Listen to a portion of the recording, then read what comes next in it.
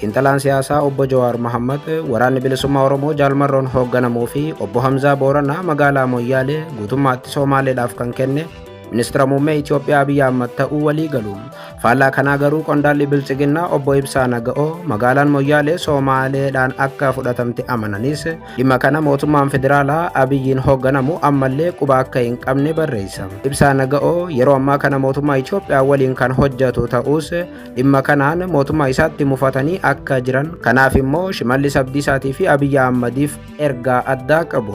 Fuulaa daldalaa naannoo Oromiyaa tan taate Moyyaaleen dhimmi isii mana maree naannoo Somaalee keessatti kaafamuun qaamota siyaasaa Oromoo akkasumas immoo uummata Oromoo guutuu biratti dheekkamsa kaaseera.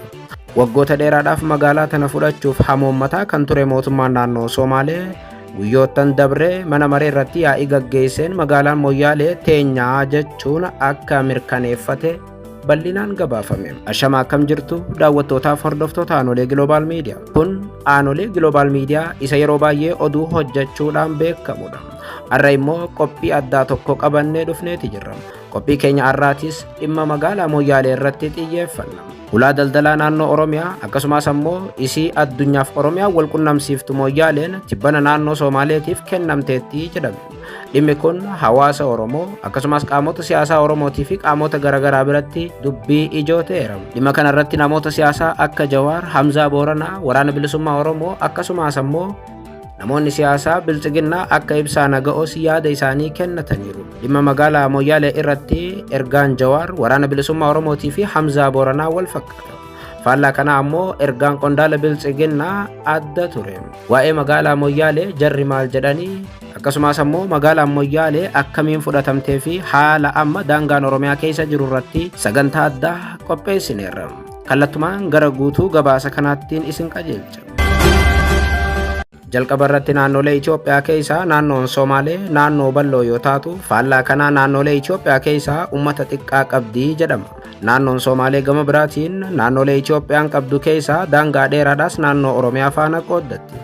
Uummata xiqqaa fi lafa bal'oo tan qabdu Somaaleen lafa Oromiyaa bareedduu saamuudhaaf immoo waggootaniif haleellaa raawwachaa turteetti. Uummanni xiqqaan lafa bal'oo qabu kun maaliif akka lafa Oromiyaa hawwu immoo addunyaanuu ni beekti. Waggootaniif lafa Oromiyaa saamuudhaaf hedduu dhiphachaa kan ture mootummaan naannoo Somaalee tibbana aanaalee humnaan naannoo Oromiyaa irraa fudhate ifatti seeraan tan isaa taasifateera.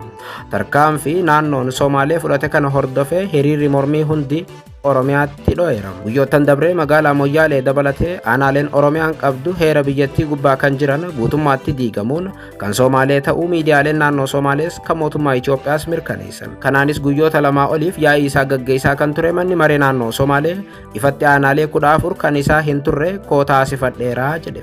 Kanaas EBC dabalatee FBC'n miidiyaaleen mootummaan Abiyyi qabu hundi gabaasan. Jechuun dhimma kana mootummaan federaalaa kallattiin quba qabaa jechuudha. Aanaaleen 14 kun dur eessa turan arra eessaa dhufanii naannoo Somaaleetiif dabalaman gaaffii namoota hedduu ture. Lafa Itoophiyaa dur dhokfameetu arra behemoo kan jedhus namoonni hedduu wal gaggaafataniiru. Gaaffii kanaaf namuu deebii salphaa qaban. Aanaaleen amma naannoo Somaalee jala galan jedhaman kun guutummaatti naannoo Oromiyaa irraa humnaan kan fudhatamanii fi weeraraman turan. Dhimma kana irratti guyyaa dheengaddaa irraa eegalee magaalaan Moyyaalee akkasumas aanaaleen naannoo Oromiyaa naannoo Somaalee jala galuu kana ilaalchisee Somaalotaaf Oromoonni yaada garaagaraa katabaa turan. Somaalonni alhamdulillah jechuun lafuma namaa fudhachuudhaaf Rabbi yoo galateeffatan, uummanni Oromoo immoo dhimma kana cichee balaaleeffachaa ture. Galgaleedaa Oromiyaa Miidiyaa Niitoork gabaasa dhimma lafa kanaatiin wal qabatee hawaasa dubbisuun hojjeteen godinaaleen gurguddoon naannoo Oromiyaa 4 weerara naannoo Somaalee jala jiraachuu gabaase.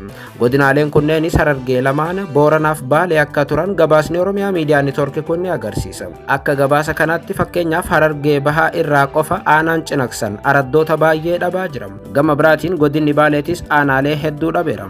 Inni biraa godina Booranaa yoo ta'u, Booranni amma weerara hamaaf godinaalee biraa kamuu caalaa saaxilameera. Magaalaan guddoon godina Booranaa Moyyaaleen immoo magaalaa harka Oromootii baates taatetti. Magaalaan Moyyaalee duraanuu seeraan ala qubattootaan fudhatamtee karaa gubbaan tan Somaalee, karaa jalaan tan Oromiyaa jedhamaa turte. Qe'een Oromoon itti addunyaa qunnamu Moyyaaleen fudhatamuun kun addumatti falmii kaase. Waggaa jaan dabre namoonni Moyyaalee keessa jiraatan dhugaa jiru yoo ifatti saaxilan, magaalaan Moyyaalee tasuma mootummaa naannoo Oromiyaa harka baatee jiraachuu ragaa ba'u. Fakkeenyaaf dur afaan Somaaleetiin waa barreessuun Moyyaalee keessatti hin baratamne. Amma garuu magaalaa tana guutummaatti taappeellaan hundi afaan Somaaleetti geeddarameera. Dabrees targaa yookaan gabateen konkolaataa dabalatee guutummaatti gama naannoo Somaaleetti deebi'eera. Kunis waggaa jaan dabre kana tooftaa magaalaa tana ittiin naannoo Somaalee jalatti deebisan fala dhahaa turan. Mootummaan naannoo Oromiyaatiif mootummaan naannoo Somaalee. Dhumarratti immoo dhimmi kun mootummaa naannoo Somaaleetiif milkaa'ee manni maree naannoo Somaalee magaalaa Moyyaalee dabalatee aanaalee naannoo Oromiyaa hedduu naannoo Somaaleetiif murteesse. Sagalees laate.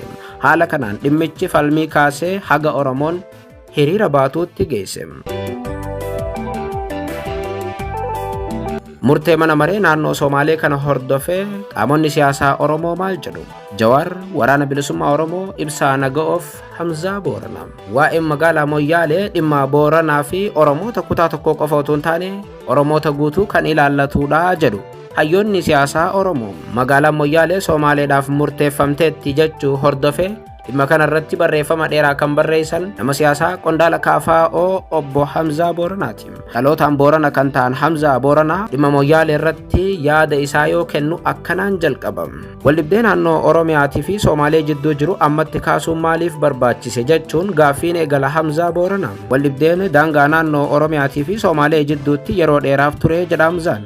Kan waggoota muraasaaf qabbanaa'ee ture amma deebisanii qabsiisaa jiru jechuun itti fufa. Dhimmi daangaa kun sirna wayyaaneetiin ummata adda qoodanii bulchuuf akkasumas ammoo dadhabsiisuuf horsiisee bultoota jidduutti kan qabsiifamee fi waldhibdee gadi fageenyaan boba'aa tureef lubbuu gootota meeqaa kan itti dhabneedha jedha qondaalli KFO obbo Hamzaa Booranaa. Daangaawwan biyyattii seenaa hawaasa yookaan haqaan osoo hin taane mijannaa siyaasaatii fi tooftaa qoqqoodanii bulchuutiin harkifamaas ga'e kun yeroo jijjiiramaa kanatti badiin alagaan saba keenya irratti raawwataa ture. Yeroo sabni kun abdiidhaan ilmaan Oromoo taayitaa qabataniiru amma nuuf qajeela jedhanii eeggachaa jiran kanatti kunoo amma bifa haarawaan dhiiga wal dhangalaasisuudhaaf sochiin eegalaa jira jedha. Hamzaan itti fufee gaafiin ammatti jiru ummanni yeroo waggoota muraasa darbanii kanaaf nagaa wajjin jiraachaa turan maaliif akka tasaa qawwee walitti garagalchanii jiru jechuun gaafatama. Maaliif ammatti yoo dhimmi kun ka'e jedhees gaafatama. Ofumaaf deebisa Hamzaa Booranaa. Ibiddi karoorfamee dhufu kun waldhibdee dhugaatii mitii jedha Hamzaan. Waldhibdeen kun waldhibdee siyaasaa akka ta'e katabama. Dhukaasa kanaas gama hundaan daangaa Somaaleetiif Oromoo jidduutti kan jalqabaa jiru horsiisee bulaa Oromootiif Somaalee akka hin taane hubachuun gaariidha jedhama. Waldhibdeen kun lafa irratti miti kan jedhu Hamzaan aangoo irratti akka ta'e ibsama. Yeroo biyyattiin jeequmsa keessa jirtutti kufaatii diinagdee mootummaa abbaa irree anaatu siif murteessa jedhu fincila naannoo hooggantoonni tokko tokko yaada isaanii adda qoqqooduudhaaf yookaan olaantummaa qabaachuudhaaf ibidda daangaa kana ammatti qabsiisaa jiru jedhama. Hokkara biyyattiitiif sodaa mootummaan qabu irraa ibiddi kun dhalachaa jira jedha Hamzaa Booranaa. Qondaalli Koongireesii Federaalawaa Oromoo obbo Hamzaa Booranaa yookaan dhalataan Booranaa barreeffama isaa itti fufuun pirezidaantii naannoo Somaalee ammaa Mustafee Umar eebba yookaan kallattii hooggansa naannoo Oromiyaatii fi tarii mootummaa federaalaa irraa hayyama osoo hin argatin dhimma jabduu Moyyaalee kana ija jabinaa fi kaka'umsa mataa isaaniitiin kaasuu hin danda'u ture jedhan. Sirna hoogganaan naannoo tokkolleen to'annoo federaalaatiin ala hin sochoone keessatti kanaaf Mustafeen weerara daangaa Oromiyaa irratti kaasuudhaaf hamilees ta'ee onnee akka hin qabaanne ibsa.